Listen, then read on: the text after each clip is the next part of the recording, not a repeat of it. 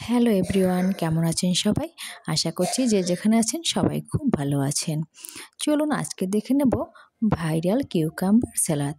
এটা আর কিছুই নয়, এটা হলো কোরিয়ান স্টাইলের কিউকাম্বার স্যালাড। কোরিয়ানদের মতো স্কিন তো আর করতে পারবো না, কিন্তু ওদের স্টাইলে কিউকাম্বার স্যালাডটা তো একবার বানিয়ে খেয়েই দেখতে পারি। তো তার জন্য আমরা কি করব, প্রথমেই কিন্তু আমরা শসা নিয়ে নেব। দেখতে পাচ্ছেন আমি কিউকাম্বার স্যালাডটা তৈরি করার পরে কিন্তু কত সুন্দর লাগছে এবং খেতেও কিন্তু ইয়াম্মি হয়েছিল। তো আমি প্রথমেই একটা বাটিতে ফ্রেশ জল নিয়ে নিয়েছি, এর মধ্যে আমি শসা দিয়ে দিচ্ছি। তো শসাটাকে আমি ভালোভাবে ধুয়ে নেব। দেখতে পাচ্ছেন আমি কিন্তু ভালোভাবে ধুয়ে নিচ্ছি। তো আমার হাতের কাছে কিন্তু চপস্টিক ছিল না, তো আমি দুটো কাঠি নিয়ে নিয়েছি। তো এবার আমি দুটো কাঠির মধ্যে আমি শসাটাকে ভালোভাবে বসিয়ে সেট করে নিচ্ছি। এটা যে কোনো কাঠি নিলেই হবে। তো আমার কাছে কিন্তু খুব ভালো কাঠি ছিল না, আমি দুটো প্লাস্টিকের আমার রান্নার জিনিসই ব্যবহার করেছি। তো এটার মধ্যে আমি শসাটাকে ভালোভাবে সেট করে নিয়েছি। তো এখন একটি ছুরির সাহায্যে এটাকে আমি সোজা সোজা করে কেটে নেব। তো একদম যতটা করে কুচি কুচি করা যায় আমি কিন্তু সেভাবেই করছি। তো চাকুটা এমনভাবে কাটতে হবে যেন কাটাতে গিয়ে বাঁধে, মানে শসাটা কিন্তু অর্ধেকটা পরিমাণ কাটতে হবে। দেখতে পাচ্ছেন আমি কিন্তু ভালোভাবে সবগুলোকে কেটে একদম ছোটো ছোটো স্লাইস করে নিচ্ছি। তবে এটা কিন্তু শসাটা পুরোপুরি কাটা যাবে না, এই জন্য কাঠিটাকে একটু ভালো করে চেপে ধরে তারপরে কাটবেন, যাতে করে নিচটা পর্যন্ত না পৌঁছায়। তো যখনই পুরোপুরি এক সাইড কাটা হয়ে যাবে তখন এটাকে আমি অন্য সাইডটা আমি ঘুরিয়ে নেব। দেখতে পাচ্ছেন আমার এই সাইড কিন্তু কাটা হয়নি। তো এবার আমি এই সাইডটাকে, ওটা কিন্তু আমি সোজা করে কেটেছিলাম, কিন্তু এটাকে কিন্তু আমি একটু অ্যাঙ্গেল করে কেটে নেব। কোনা বরাবর করে আমি কেটে নিচ্ছি। আপনারা যতটা স্লাইস পারেন ততটা করবেন, তাহলে কিন্তু এটা দেখতে বেশি সুন্দর হবে। তো এভাবে আমি শসাটাকে কেটে নিচ্ছি, আপনাদেরকে আমি কাটাটা পুরোপুরি দেখিয়ে দিলাম। তো দেখতে পাচ্ছেন এবার কিন্তু আমি হাত দিয়ে টান দিলে হয়ে গেল আমার ভাইরাল সেই শসা রেসিপির শসা রেডি হয়ে গেল আমার। তো আমার একটা কাটা হয়ে গেছে। তো এভাবে আমি দুটো শসা কেটে নিয়েছি। তো এবার শসা দুটোতে আমি একটু বেশি করে লবণ মাখিয়ে নেব। তো লবণ মেখে এটাকে আমি রেখে দেবো 15 থেকে 20 মিনিটের জন্য আমি রেস্টে রেখে দেবো।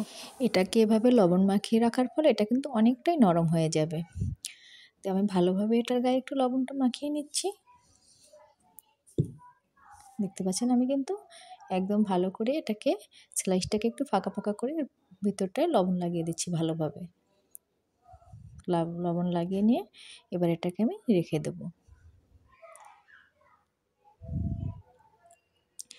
তো এটা আমি 15-20 মিনিট পরে ফিরে আসলাম।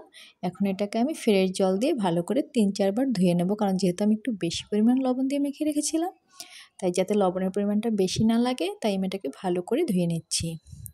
তো অবশ্যই 2 থেকে 3 বার জল পাল্টে ধুয়ে নেবেন। তো আমি জলটা ফেলে দিয়ে এর মধ্যে দিয়ে দিচ্ছি একটার মতো পেঁয়াজ কুচি, 1 টেবিল চামচ দিয়ে দিচ্ছি সয়া সস,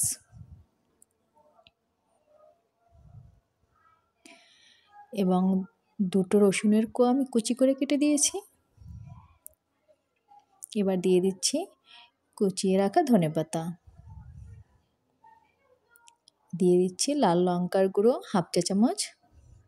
ঝালটা আপনারা আপনাদের পছন্দ মতো দিতে পারেন, বাড়িয়ে বা কমিয়ে। এবার এটাকে আমি ভালো করে একটু মেখে নিচ্ছি। সবগুলো মশলা যেন শসার গায়ে ভালোভাবে লেগে যায়, এবং ভিতরে আমি কিন্তু সবগুলো মশলা একটু একটু করে দিয়ে দেওয়ার চেষ্টা করছি। শসাটা কিন্তু অনেকটাই সফট হয়ে গেছে। এবার আমি মশলাটাকে ভালোভাবে মাখিয়ে নিচ্ছি। এভাবে আপনারা বাসায় কিন্তু ট্রাই করে দেখতে পারেন। এবার উপর থেকে আমি দিয়ে দিচ্ছি কিছুটা পরিমাণ সাদা তিল। এবার আমি অন্য একটি প্লেটে এটাকে সার্ভ করে নিচ্ছি। এবার আমার স্পেশাল যে আইটেমটা সেটা আমি দিয়ে নিচ্ছি তেঁতুলের চাটনি। এটা দিলে কিন্তু এর স্বাদটা অনেক বেশি স্পেশাল হয়। তো আমি কিন্তু ফার্স্ট টাইম এই ভাইরাল রেসিপিটি বাসায় ট্রাই করেছি। আমি ভেবেছিলাম খেতে কেমন না কেমন হয়, কিন্তু অনেকটা ভালো হয়েছে। আমার যেটা প্রত্যাশা ছিল তার থেকে অনেক বেশি টেস্টি হয়েছে। তো আপনারা কিন্তু এই ভাইরাল রেসিপিটি বাসায় ট্রাই করে দেখতে পারেন, এবং ট্রাই করার পর কেমন হয়েছে অবশ্যই আমাকে কমেন্ট করে জানাবেন। সবাই ভালো থাকবেন, সুস্থ থাকবেন। আজকে তাহলে এখানেই বিদায় নিয়ে নিচ্ছি। টাটা।